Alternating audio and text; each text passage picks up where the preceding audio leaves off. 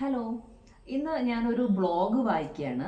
ഇത് ഞാൻ മുമ്പ് എഴുതിയിട്ടുള്ളൊരു ബ്ലോഗാണ്. അപ്പോൾ ഞാനിത് വായിക്കാം. മൂലയിലെ പണികൾ എന്നാണ് കേട്ടോ ഈ ബ്ലോഗിൻ്റെ പേര്.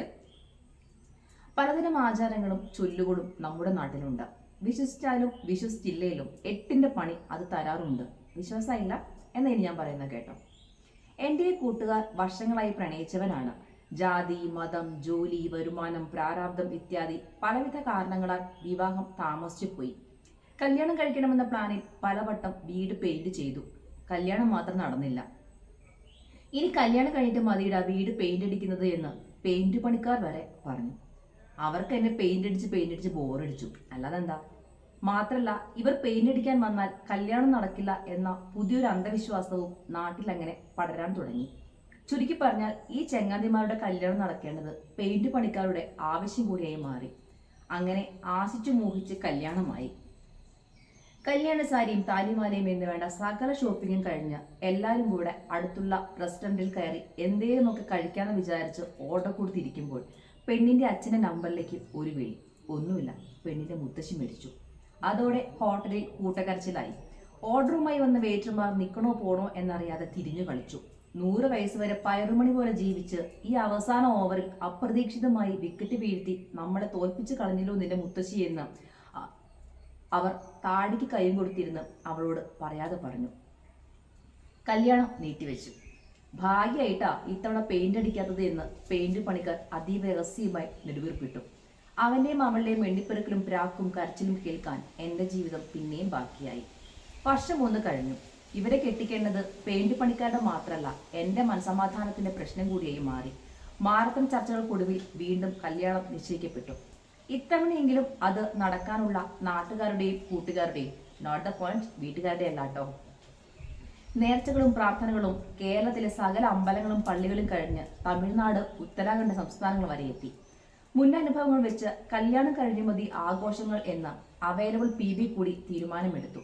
സമ്മാനമായി കല്യാണം കഴിഞ്ഞ് വീട് സൗജന്യമായി പെയിന്റ് അടിച്ചു കൊടുക്കാന്ന് പെയിന്റ് പണിക്കാർ പറഞ്ഞു. അപ്പോൾ ദേ വരുന്നു 2018 വെള്ളപ്പൊക്കം. വയനാട്ടിലേക്ക് വരാനുള്ള എല്ലാ ചുരങ്ങളും മണ്ണിടിയാനുമുള്ള സാധ്യതയിലേക്ക് കിടക്കുന്നു.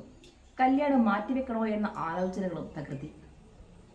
എന്നാലും വീട്ടുകാരുടെ മനസ്സ് മാറുന്നതിന് മുമ്പ് കല്യാണം നടത്തണമെന്നുള്ള കല്യാണപ്പെണ്ണിന്റെ വാശിയിൽ കേരളം മൊത്തം വെള്ളപ്പൊക്കത്തിൽ മുങ്ങിക്കിടക്കുമ്പോൾ അവരങ്ങ് കെട്ടി. ഇനി നിങ്ങളായി നിങ്ങളുടെ പാടായി എന്നും പറഞ്ഞുകൊണ്ട് ചെറുക്കൻ വീട്ടുകാരും പെണ്ണു വീട്ടുകാരും അവരവരുടെ കാര്യം നോക്കിപ്പോയി. അങ്ങനെ രാത്രിയായി. അവൾ പാലും പഴവുമായി കിടക്കരയിൽ എത്തിയതും വലിയൊരു ശബ്ദം കേട്ടതും ഒരുമിച്ചായിരുന്നു. കല്യാണ ക്ഷീണത്താൽ അവിടെ കിടന്നുറങ്ങിയിരുന്നവർ ചാടി എണീറ്റ് ഇതെന്തു കോപ്പ് എന്നറിയാതെയിരുന്നു. ഭൂമികുലുക്കമാണെന്ന് വിചാരിച്ച് ചിലർ ഇറങ്ങിയോടി. പിള്ളേരാരോ തിന്നിട്ട് വലിച്ചെറിഞ്ഞ പഴത്തൊലിയിൽ ചവിട്ടി ഒരാൾ തെന്നി വീഴുക കൂടി ചെയ്തതോടെ സിദ്ദിഖ്ലാൽ സിനിമാ സെറ്റ് പോലെയായി കല്യാണ വീട്. മണിയറി ഒരുക്കിയ റൂമിനടുത്ത് നിന്നിരുന്ന തെങ്ങിൽ നിന്ന് ഒരു കുല തേങ്ങയും ഒരു മടലും വീണ കുറെ ഓടും ജനൽച്ചില്ലും പൊട്ടിയ ശബ്ദമാണ്.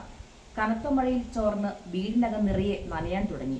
ചുരുക്കത്തിൽ ആ മുറിയിൽ കിടക്കണതിലും നല്ലത് മുറ്റത്ത് കട്ടിൽ കൊണ്ടിട്ട് അതിൽ കിടക്കണതാണ് എന്നതായി അവസ്ഥ. വേറൊരു മുറിയിലേക്ക് കട്ടിലും മെത്തയും അലങ്കരിച്ച മുല്ലമാലകളും മാറ്റാം എന്നാരോ നിർദ്ദേശിച്ചപ്പോഴാണ് ആ മുറിയിലുള്ള മൂലയിൽ കിടക്കണത് നല്ലതല്ലെന്ന് ചെറുക്കൻ്റെ അമ്മ പറഞ്ഞത്. തർക്കത്തിനൊടുവിൽ ചെറുക്കൻ്റെ അമ്മ വിജയിച്ചു. തെക്കു കിഴക്കേ അറ്റത്തുള്ള മുറിയിലെ കിടപ്പ് കുടുംബത്തിന് നല്ലതല്ല, അതിലൊരു റിസ്ക് എടുക്കാൻ വയ്യ എന്ന തിയറിയിൽ കല്യാണ ചെറുക്കൻ്റെ ഫിസിക്സ് PhD മൂക്കത്ത് വിരലും വെച്ചിരുന്നു.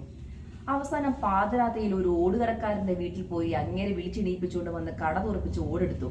ചില്ലുകടക്കാരന്റെ വീട്ടിലോട്ടുള്ള വഴിയിൽ മരം വീണ് കിടക്കുവാണെന്നും വണ്ടി പോകില്ലെന്നുമുള്ള മുന്നറിയിപ്പിനെ തുടർന്ന് 1.5 കിലോമീറ്റർ നടന്ന് സംഭവത്തിന്റെ അടിയന്തര പ്രാധാന്യം ബോധ്യപ്പെടുത്തി കൊണ്ടുവന്ന് കട തുറന്ന് ചില്ല് വാങ്ങിക്കൊണ്ടുവന്നപ്പോൾ മണി 2:30. ഇതുപോലൊരു കല്യാണം എൻ്റെ ഓർമ്മയിൽ ഉണ്ടായിട്ടില്ലട്ടാ എന്ന് പിറുപിറുത്തോണ്ട് ഏതോ ഒരാൾ പുരപ്പുറത്ത് വലിഞ്ഞു കയറി. പിന്നെ ഓടക്കമ്മയെ ജനലിലെ ചില്ലൊക്കെ പിടിപ്പിച്ച് മുറിയൊക്കെ അടിച്ചു വാരി തുടച്ച് കിടക്കാനുള്ള പരുവത്തിലാക്കിയെടുത്തപ്പോൾ അടുത്തുള്ള അമ്പലത്തിൽ സുപ്രഭാതം വെച്ചിരുന്നു.